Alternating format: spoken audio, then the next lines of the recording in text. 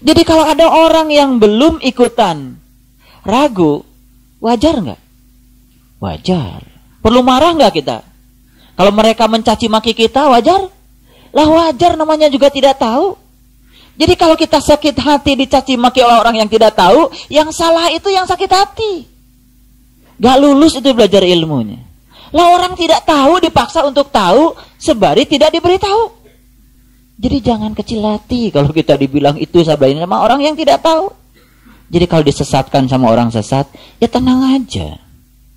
Justru yang jadi persoalan Quran itu, mohon maaf ya, Quran tidak membahas mereka yang di luar. Tapi Quran itu membahas mereka-mereka yang telah ikrar di hadapan guru, ikrar kepada Allah. Setelah itu dia mengingkari itu yang berulang-ulang diceritakan dalam Al-Quran. Itu yang diulang-ulang. Jadi di sini ya, ayat yang ke-9 itu cerita apa? Ini cerita ya, orang-orang yang telah mengikuti Rasul, sudah mendapatkan ilmu dari Rasul, kemudian dia itu berada dalam keraguan-raguan yang luar biasa, dan itu wajar juga karena itu awal.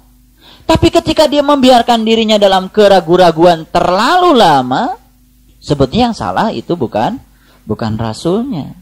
Yang salah adalah dia membiarkan dirinya dalam keraguan-raguan yang terlalu lama. Jadi oleh karena itu maka kegiatan yang seperti inilah sebetulnya yang bisa membebaskan diri kita dari keraguan-raguan pada tingkat awal. Pada tingkat lanjut, Allah sendiri yang akan membebaskan keraguan-raguan kita lewat pengalaman spiritual kita. Jadi tidak ada jaminan orang bisa bebas dari keraguan dengan pengajian seperti ini. Pengajian ini tidak bisa menolong, cuma membantu untuk menolong, membebaskan keraguan-raguan. Membantu saja. Maka peran pengajian ini walaupun cuma sekedar membantu, tapi insya Allah akan memiliki kontribusi yang cukup besar. Baik, kita teruskan ya. Dan sesungguhnya kami benar-benar dalam keraguan yang menggelisahkan terhadap apa yang kamu ajak kami kepadanya. Betul nggak kita pernah mengalami seperti ini? Ya, awal-awal ketika kita diajak ke sini luar biasa kan?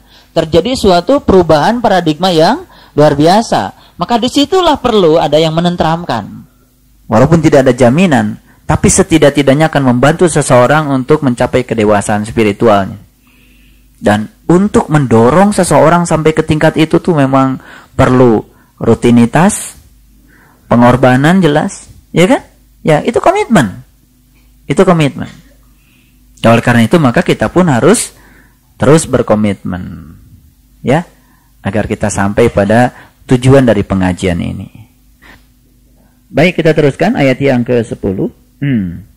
Berkata rasul-rasul mereka, apakah ada keraguan-raguan terhadap Allah, pencipta langit dan bumi?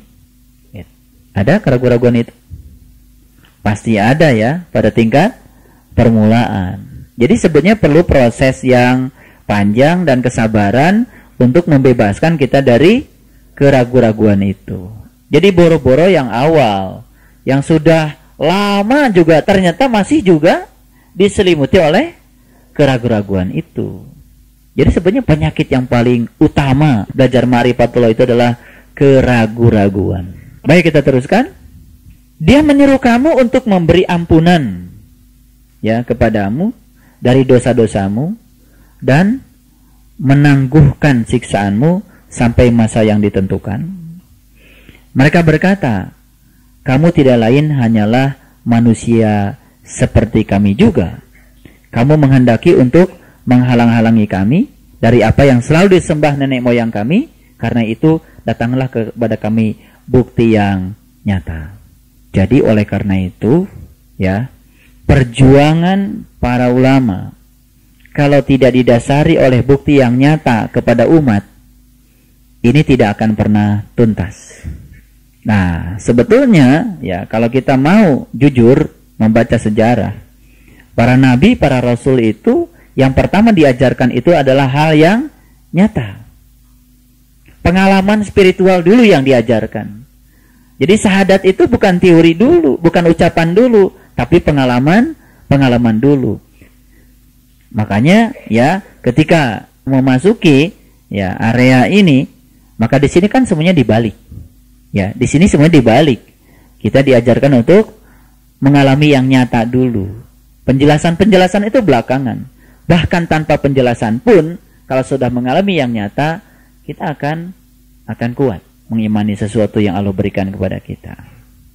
Nah, harusnya ya semua kita ini umat Islam untuk kembali kepada Al-Quran, melihat bagaimana sistematika Al-Quran mengajarkan keyakinan kepada umat. Ternyata Quran tuh mengajarkan yang nyata dulu. Jadi penjelasan dan teori itu belakangan. Tapi kebanyakan ya proses pendidikan agama di kita, pembelajaran agama itu lebih banyak pada aspek-aspek penjelasan dan teori. Dan sedikit sekali pengalaman yang nyata itu diberikan. Jadi kita bersyukur ya, karena kita ini kan belajarnya tidak pedagogik tapi andragogik. Jadi kalau kita itu, kalau orang kebanyakan belajar renang itu dari kelas dulu, kalau kita langsung disuruh tenggelam dulu. Gitu. Nah, dari situlah kita perlahan-lahan ditolong sedikit demi sedikit kan. Lalu mungkin sekarang ada yang baru bisa ngapung dikit, ada yang udah ngapung beneran gitu kan. Nah, itu masing-masing di antara kita berbeda satu dengan yang lain tergantung relaksasinya. Ya, kalau kita bisa rileks, ya kita bisa ikhlas, bisa tulus, bisa lentur, insya Allah. Makanya yang lentur itu kan biasanya mengalir ya. Yang lentur itu mengalir. Coba perhatikan di selokan. Kalau airnya sudah habis, sisanya apa? Sampah. Apalagi kayu, ada karung, itu kan? Ada baju bekas, ada plastik, betul nggak? Nah, kenapa mereka itu tersangkut? Gak lentur. Coba air, dek, ngalir sini, dek, ngalir sini, dek, ngalir sini, ngalir aja terus. Banyak rintangan karena dia lentur. Gitu. Makanya orang yang kaku, ya, dalam belajar agama gak lentur, biasanya nyangkut. Ini maksud saya, nyangkut. Mati kan tidak ditanya, tidak ada ujian ketika mati. Mohon maaf kata malaikat, sampean tuh pakar apa? Gak penting bagi malaikat. Pertanyaan mati cuma satu, man robuka. Mau belajar fikih, belajar apa, ujungnya itu harus sampai pada Allah. Nah, ada yang nyangkut di ikro. Pokoknya udah bisa an, in, un, ban, bin, bun, selesai gitu. Ya satu huruf saja kebaikannya banyak kan begitu. Cari-cari alasan. Betul? Nyangkut gitu. Nah, sekarang udah mulai lentur sedikit, ngalir. Mulai kita bisa menjadikan setiap orang guru kita kan? Orang yang baik guru kita, orang yang buruk juga guru kita. Mulai lentur. Ya, peristiwa yang menyenangkan guru kita, peristiwa yang menyakitkan guru kita. Mulai lentur. Dulu kita pengennya yang senang terus, begitu ada yang sakit menolak, gak lentur. Nah, jadi sebetulnya pengajian yang kita bina ini sebetulnya tujuan utamanya itu membuat kita menjadi lentur. Iya, dulu gampang sekali kan kita menghukumi orang lain. Sekarang sudah mulai lentur.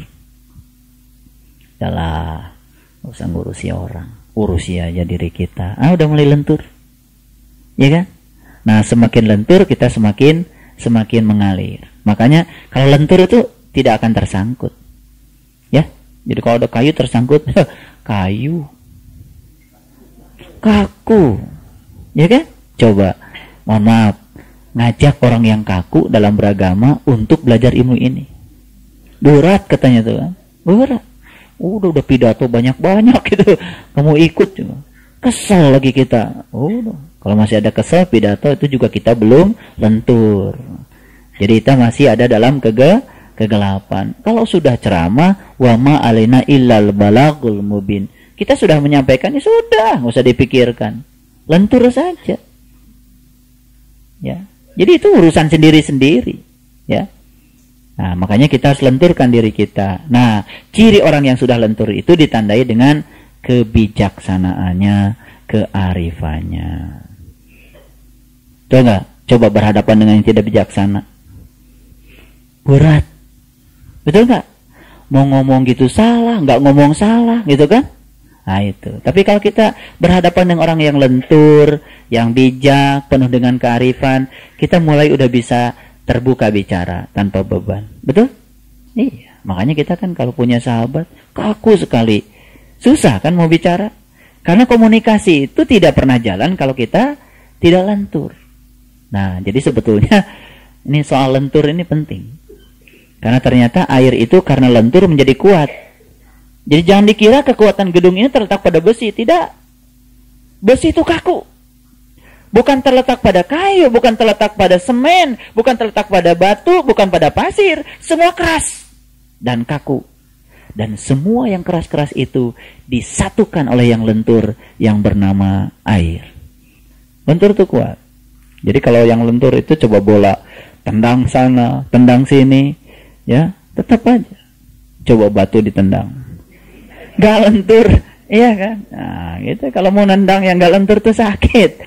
Nah, tugas kita itu adalah menjadikan kita bernilai bagi orang lain.